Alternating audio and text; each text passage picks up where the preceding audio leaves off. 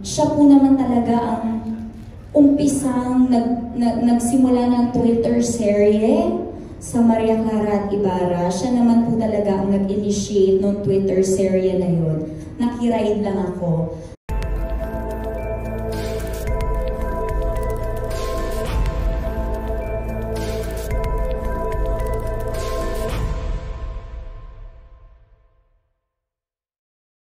Iniingatan niyo ba yung dumating sa punto na baka sabihin mo, David, kay Barbie na palagay ko mahal na nga kita, maging sino ka man. Tabi natin yung, of course, respeto rin sa kay Chuck, di ba? Pero hindi maiwasan, di ba? Baka, at saka ito pa, sige, ikaw muna David sasagot, pero ito kasi, believe talaga ako kay Barbie, bukod sa magaling siyang umarte, dalang-dala niya talaga yung love team. Para akala mo wala siyang boyfriend, kung dalang-dala niya si David dun sa love team nila. Siya talaga yung nagdadala ng love team din na yun. Dagdag ng kakita ni David, di ba? Pero talaga na-internalize ni Barbie yung gano'n. Kaya, believe talaga ako sa iyo, Barb. Sa totoo lang, bukod sa magaling kang umarte. Sana nga may isa pang kapuso actress na kagaya mo. Pero yun na nga, David, maingat ka na sana hindi dumating sa puntong yun na baka masabi mo yung linya yun kay Barbie.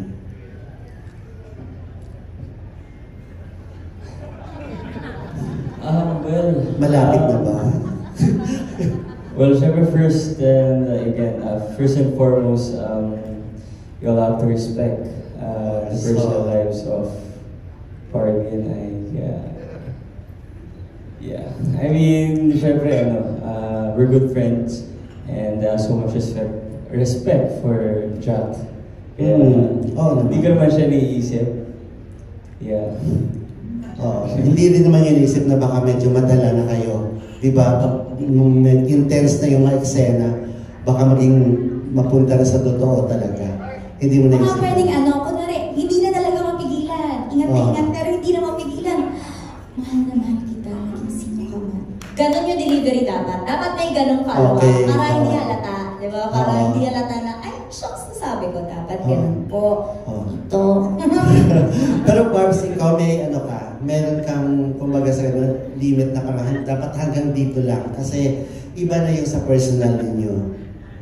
Siyempre, yung mga fans, di ba, nandun na yung kilig, di ba? Para karamihan talaga sa mga fans ng love team, gusto nila hanggang sa totoo, kayo na, di ba? Though alam naman ng lahat na may mga kayo, pero hindi maiwasan na nandun na yung kilig sila. Lalo na sa yung Barbs na dalang-dala mo na parang alam mo in love ka rin, na kinikilig ka rin kay David, di ba? Maingat ka rin sa ganon. May limit ka rin na dapat hanggang dito ka lang, David. Namiss kita, Tito Gordy. Oo nga. Miss din kita. Love na love kita. Challenging, okay. Una po sa lahat, I would like to acknowledge the presence of our beloved supporters na nandito ngayon. Magandang gabi. At from the bottom of our hearts, gusto po namin magpasalamat sa inyong unconditional support. And gusto ko rin, I also would like to share the credit of the success of Barda kay David. Kasi siya po naman talaga ang umpisang nagsimula ng Twitter serye sa Maria Clara at Ibarra. Siya naman po talaga ang nag-initiate ng Twitter serye na yun. Nakiraid lang ako. Tapos nagustuhan ng mga fans. Kaya tumaas ang engagements namin sa Twitter. So, I'd like to share the success, of course, with David. Dahil grabe rin talaga yung hard work and yung dedication niya to make us work, to make this partnership work, na parehas kami nagbe-benefit. And parehas kaming nag-gain ng friends sa isa't isa throughout the process of working together. And sa industriyang ito, masasabi ko na napakalaking bagay kung makahanap ka ng kaibigan sa isang katrabaho matagal mong makakasama. Kasi it's kind of a cruel world. It's not easy shoes. So, ang saya lang kasi we got each other's backs. And as for the fans, as grateful as we are for the support na binibigay nila sa amin, na kahit hindi namin hiningi, ibinigay nila sa amin ng buong puso. Syempre, sabi nga po ni Ms. Lea Salonga, we have to set our personal boundaries because at the end of the day, tao po kami.